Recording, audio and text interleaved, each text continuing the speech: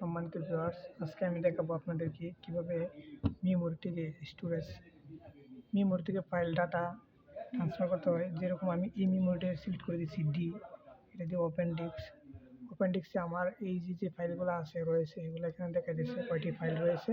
তো এবার আমি দেখেন দিস পিসিতে ক্লিক করছি, ডাবল ক্লিক করে আমি আমার এতে চলে আসলাম ডেস্কটপে।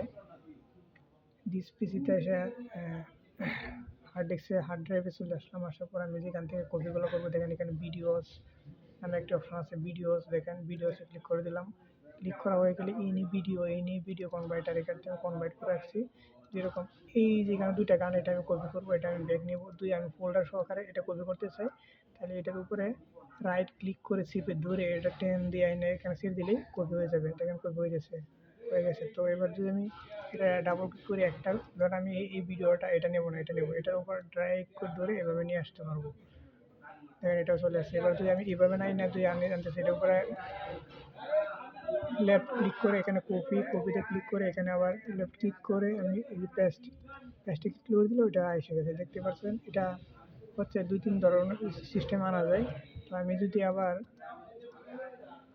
এখান থেকে নেওয়া যায়, দেখেন আমি ধরেন এই যে এই ফাইলটির উপর রাইট ক্লিক করব, ক্লিক করার পর সেন্ড টু।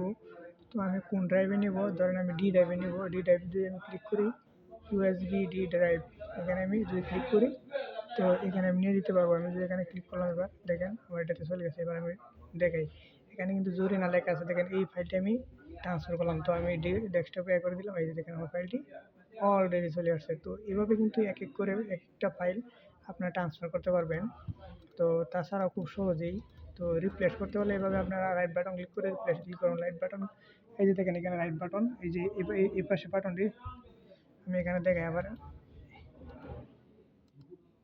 এই যে রাইট বাটনে ক্লিক করলাম, ক্লিক করার পরে এরকম অপশন আসলো, পরে এই পাশে বাটনটাতে ক্লিক করলাম, তখন ওকে হয়ে গেল। দেখেন, তো এই ছিল আজকে রিপ্লেস করা ভিডিও।